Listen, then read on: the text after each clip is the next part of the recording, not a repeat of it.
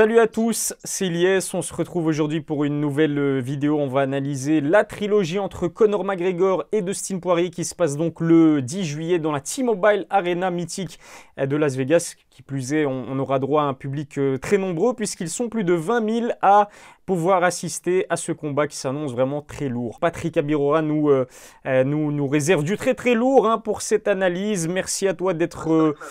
une masterclass vraiment que tu nous réserves. Merci en tout cas d'être là avec nous. Comment tu vas, Patrick? Écoute, moi, ça va bien. Là, je ressors juste d'un entraînement de sparring aussi à Naja, à Bruxelles. Donc, tout va pour le mieux. On se prépare pour les prochaines échéances. Et voilà, quoi. Je suis à 2 entraînements par jour. Je suis avec ma team, donc au Naja, avec mon coach Tarek, mon préparateur physique. Donc, tout se passe bien. Je tenais aussi à faire une petite mention spéciale à toutes les personnes qui m'ont retrouvé à la salle au Naja, à la lutte, à ma prépa physique dans la rue, qui m'ont dit qu'ils regardaient les interviews. Franchement, ça fait grave plaisir, les gars. Ceux qui viennent commenter aussi sur mon Instagram, donc il est en dessous. Franchement, ça fait grand plaisir. N'hésitez pas à m'envoyer des messages. Franchement, on discute avec plaisir et j'espère continuer à vous faire plaisir avec les vidéos et les analyses. On va analyser cette trilogie entre Conor McGregor et Dustin Poirier. Bien évidemment, si on parle de trilogie, c'est qu'il y a eu deux combats avant cela. Le premier en 2014, remporté, tu le sais, par Conor McGregor sur KO technique dès le premier round. Le dernier, c'était il n'y a pas si longtemps que ça, en janvier 2021. Cette fois-ci remporté par Dustin Poirier sur KO technique au deuxième round. On peut dire égalité parfaite, un partout. Est-ce que selon toi, c'est logique d'avoir cette trilogie organisée seulement 6 mois après leur dernier combat? En vrai, oui et non. Ça dépend en fait de différents points de vue. Du point de vue de Conor McGregor, oui, parce que là, il vient en mode rédemption.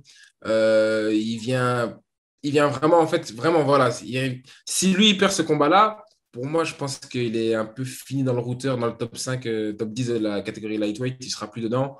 Donc là, je pense que c'est vraiment le combat. Il doit revenir, il doit reprouver quelque chose et prouver au public qu'il est encore là, qu'il est encore le Conor McGregor qu'on a connu. Et à l'inverse, pour Dustin Poirier, c'est un double oui, quoi. Pour Dustin Poirier, lui, c'est un money fight. Mhm. Il prend une plus-value et c'est un combat que s'il gagne, ça peut l'élever au rang de superstar à l'UFC. Ce qui est différent entre les gens qui sont très bons à l'UFC et les superstars, c'est qu'une superstar, elle discute de son paiement, elle discute de l'argent qu'il reçoit, il fait déplacer les foules et donc la visibilité que le combat lui apporte avec Conor McGregor, c'est très très bien juste avant, s'il gagne, d'avoir un title shot contre Charles Oliveira. Donc franchement, il est doublement gagnant. En tout cas, Dustin, on l'a dit, il s'est vraiment imposé, on peut le dire assez brillamment sur KO technique au rematch. C'était d'ailleurs la première fois que Conor s'inclinait d'une telle façon à l'UFC dans sa carrière de MMA. Généralement, il s'incline plutôt sur soumission. Est-ce qu'il s'agit peut-être de la défaite la plus surprenante de la carrière du Notorious selon toi? Franchement, non. Pour moi, la plus surprenante, je pense que c'était Khabib en termes de là où Conor se voyait. Je pense que Conor se voyait vraiment gagner contre Khabib. Et il a vraiment pris une grosse claque et ça l'a vraiment brisé. Et depuis ce fight-là, il n'est plus le même. Pour moi, quand je l'ai vu dans la presse-conférence, dans son aura, il n'avait plus ce truc où il polarise les fighters, où les fighters ont un peu peur de lui, où on sent que les fighters sont, comment dire, on sent vraiment qu'il prend de la place.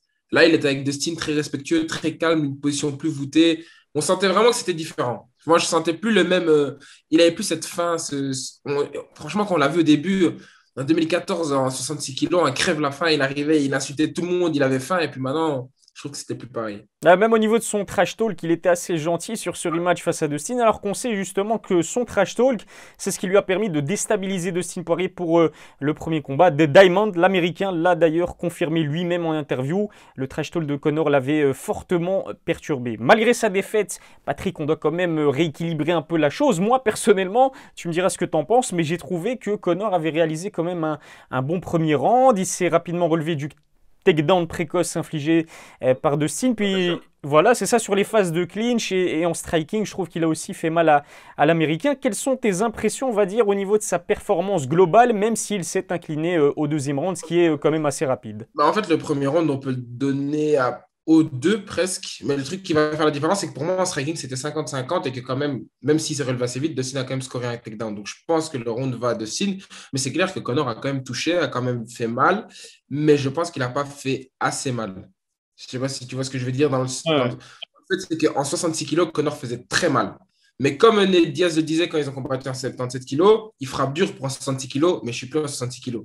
Donc, on voit la différence. Et Dustin Poirier, on sait que c'est un très gros lightweight. Donc, il est très costaud. Il a l'habitude des guerres. Il a un bon menton.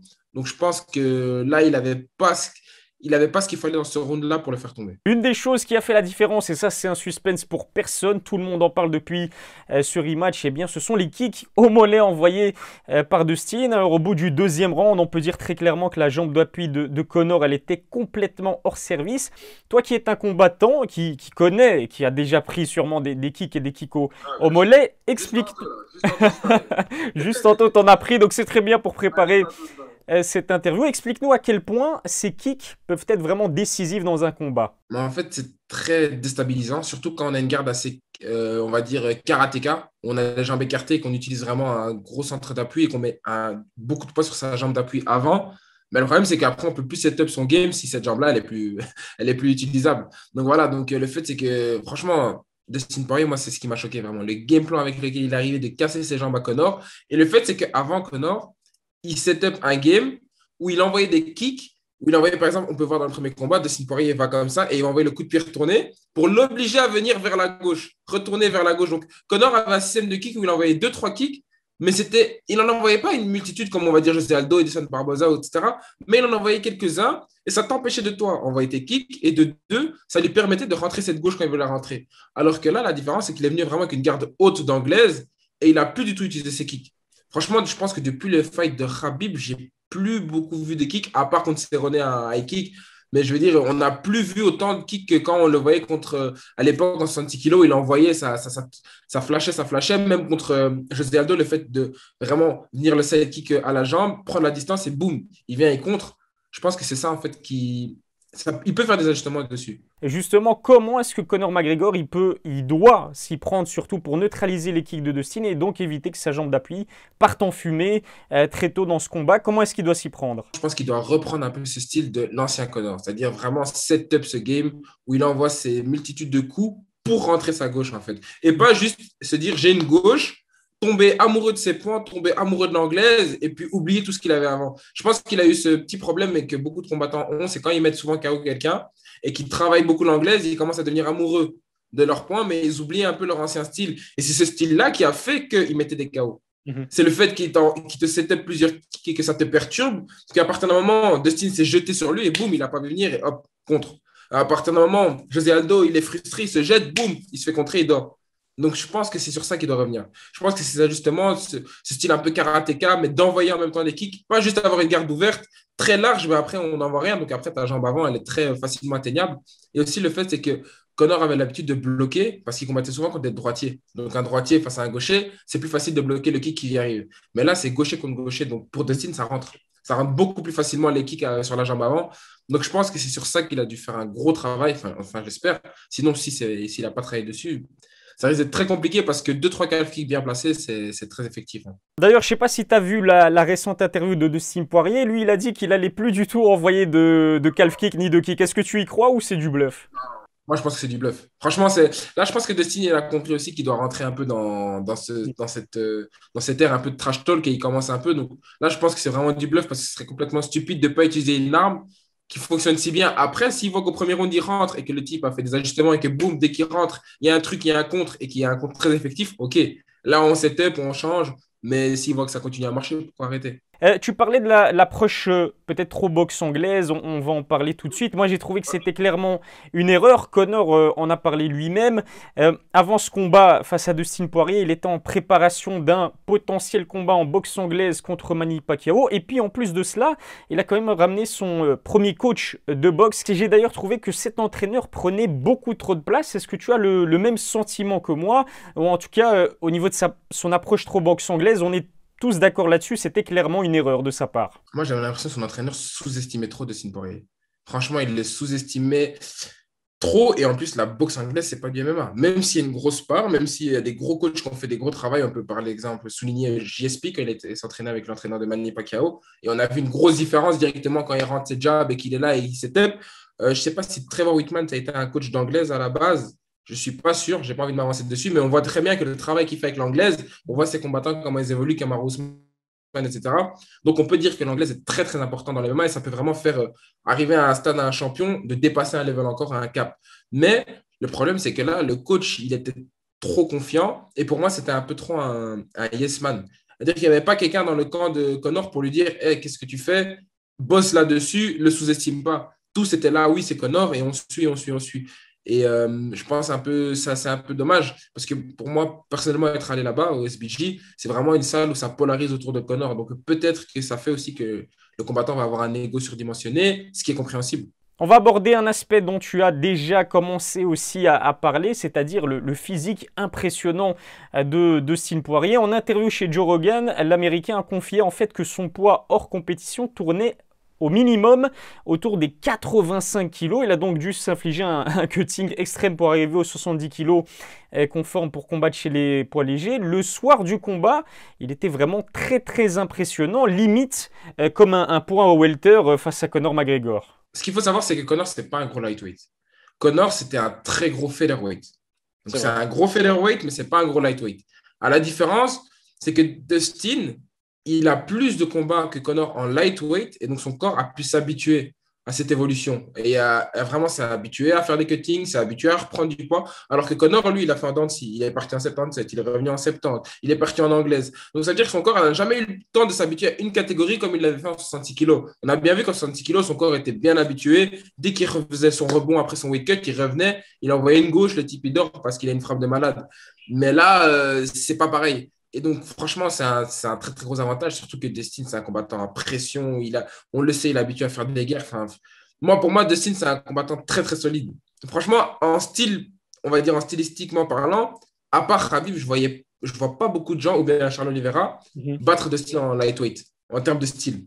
Vu sa carrure, vu son imposance, etc., parce qu'il ne tombe pas facilement, en fait. C'est juste ça. En tout cas, Patrick, juste après sa défaite, Conor McGregor a également indiqué qu'il avait besoin d'être plus actif pour retrouver du rythme. C'est vrai qu'il n'avait plus combattu depuis plus d'un an. Son dernier combat, bien, c'était avant, je veux dire, Dustin Poirier, c'était contre Cowboy Cerrone, début d'année 2020. Ça n'a duré d'ailleurs que quelques secondes. Il s'était imposé vraiment très rapidement. Le ring rust, comme on le surnomme, c'est une excuse ou alors c'est totalement justifié? Moi, je pense que le manque d'activité, c'est un des facteurs, pardon. C'est un des facteurs de sa défaite.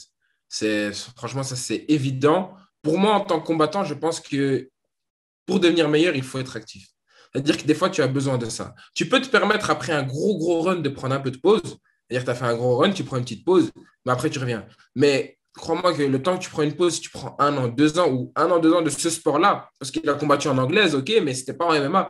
Ça veut dire qu'il a pris presque 3 ans, je pense, d'arrêt en MMA, si je ne dis pas de bêtises, ou 2 ans. Laisse-moi réfléchir. Donc, il a combattu Floyd en 2017, ensuite Khabib en 2018. On écarte Floyd parce que c'est pas du MMA. Avant Floyd, eh bien, c'était Eddie Alvarez en 2016, hein, si je ne dis pas de bêtises. Donc, on va dire plus de 2 ans d'absence au niveau du MMA. C'est beaucoup, c'est très très beaucoup, surtout comparé à un combattant qui est en lightweight, qui combat la qualité d'opposition qu'il a eu.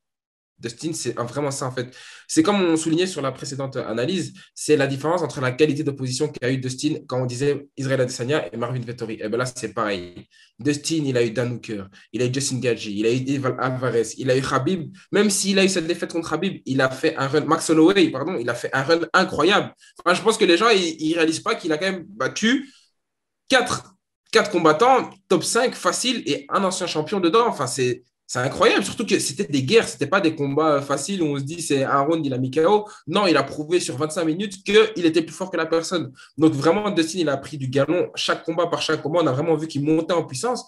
Et là, je pense qu'il est vraiment à son pic de sa carrière, contrairement à Conor qui arrive face à un type qui est déjà à son pic de sa carrière et toi, tu dois te remettre dedans. Et on te remet dedans face à un type qui a le galon, qui se dit si c'est parti pour 25 minutes, je suis là. Dustin est quand même de loin le plus complet des deux, ceinture noire de Jiu-Jitsu, gros cardio. Conor McGregor a quand même intérêt à le mettre KO assez rapidement dans ce combat, hein. Je pense que oui.